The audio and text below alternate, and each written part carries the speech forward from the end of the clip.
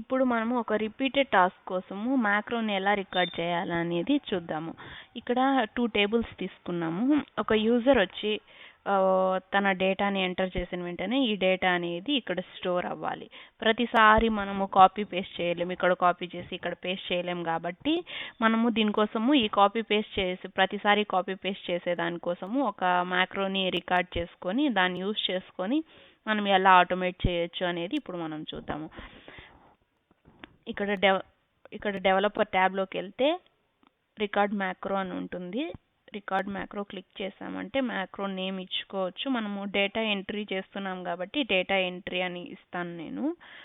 And macros spaces అలో చేయవు నేమ్కి, so మనము underscore use చేసి నేమ్ ఇద్దాము.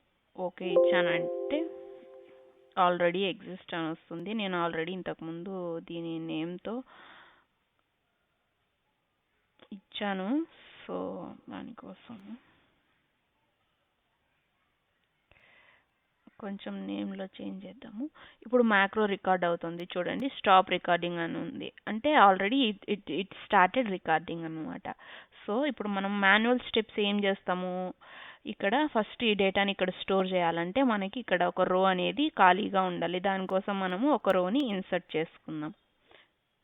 ఇన్సర్ట్ రైట్ క్లిక్ ఇచ్చామంటే ఒక రో సెలెక్ట్ చేసుకొని రైట్ క్లిక్ ఇచ్చామంటే ఇన్సర్ట్ ఆప్షన్ ఉంటుంది, ఇన్సర్ట్ చేసుకోవచ్చు.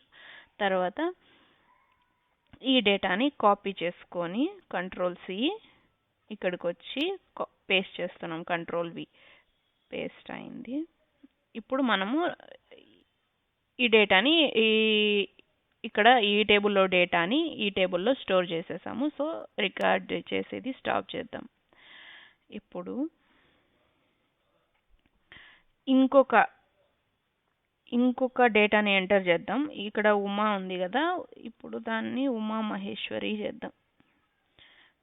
మహేశ్వరి చేసి ఏజ్ చేంజ్ చేద్దాం, 28 ఇద్దాం.